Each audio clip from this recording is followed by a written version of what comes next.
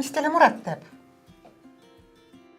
Mureks on ülekaal. Ma olen pidevalt väsinud. Olen proovinud erinevaid dieete, isegi ravimeid kaalu langetamiseks, aga mõne aja pärast tuleb ikka kõik tagasi. Palun rääkige mulle maovähendusoperatsioonidest või bariaatilisest kirurgiast. Kas ma pääseksin operatsioonile ning mida ma selleks tegema pean? Jah.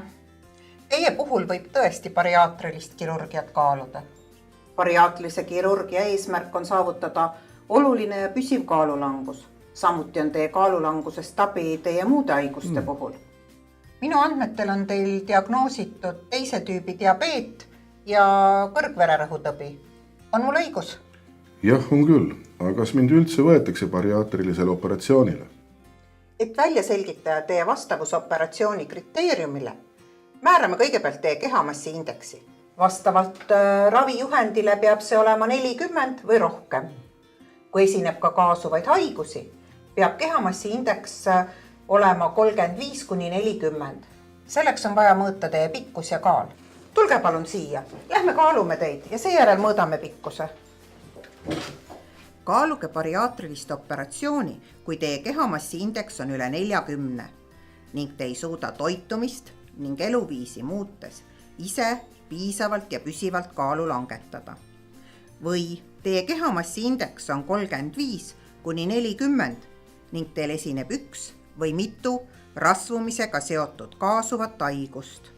Näiteks teise tüübi diabeet, südame isseemiatõbi, kõrgvererõhutõbi, kõrgenenud vere kolesteroolisisaldus, haiguslik norskamine ehk obstruktiivne uneapnoe, liigesehaigused, südamelihase infarkti või ajuinsuldi järgne seisund, polütsüstiliste munasarjade sündroom. Nii, teie kaal on 130 kilogrammi ja pikkus 184 sentimeetrit. Seega teie kehamassi indeks on 38 ning teil esinevad ka kaasuvad haigused. Seega operatsiooninäidustus on teile vastavalt ravijuhendile täiesti olemas. Aga kas operatsioon on tasuline? Kui teil on ravijuhendis kirjeldatud operatsiooninäidustused olemas, siis tasub operatsiooni eest haigekassa. Mida ma edasi peaksin tegema? Hindame teie üldseisundit, teeme vajalikud vereanalüüsid, teeme teile uneapnoe sõeluuringu. Seejärel vormistan ma saatekirja ja suunan teilt bariaatrilises kirurgias pädeva kirurgi vastuvõtule. Kirurgi vastuvõtul selgitatakse teile operatsiooni olemust, tulemusi, võimalikke ohtusid ja kõrvaltoimeid. Vestluse käigus valite teie just endale sobiva operatsioonimeetodi. Seal võetakse teilt ka täiendavad vereproovid, mineraalainete ja vitamiinide defitsiidi selgitamiseks. Operatsiooni eelselt on samuti vajalik gastroskoopia ehk mao sondeerimine. Kirurgi juures palutakse teil täita põhjalik ankeet oma terviseseisundi, toitumisharjumuste, alkoholi tarbimise ja enesetunde kohta.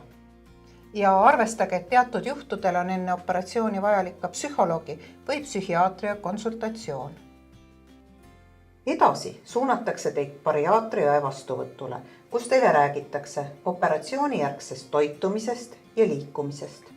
Operatsiooni eelselt on vaja pidada ka lühiajalist dieeti ehk maksa vähendamisdieeti ja need juhised saate te bariaatria õelt. Mis saab peale operatsiooni? Kelle poole ma oma küsimustega pöörduda võin? Operatsiooni järgselt jääte te 2 aasta jooksul jälgimisele ja nõustamisele operatsiooni teinud raviasutuse juurde. Seal hinnatakse teie terviseseisundit peale operatsiooni esimese aasta jooksul vähemalt 3 korda ja sellele järgneva aasta jooksul vähemalt kord aastas. Ja selle aja peale peaksite te suures osas iseseisvalt hakkama saama ja uued söömis- ja liikumisharjumused peaksid olema omandatud. Edasine jälgimine ehk korra aastas vereanalüüside tegemine toimub minu juures. Samuti hoian mina silma peal teie diabeedil ja vererõhul, sest peale operatsiooni võib nende ravivajadus oluliselt väheneda või hoopis kaduda. Kuna kirurgilise ravi kriteeriumid on täidetud, vormistan teile saatekirja maovähendusoperatsiooni teostava kirurgi vastuvõtule minekuks.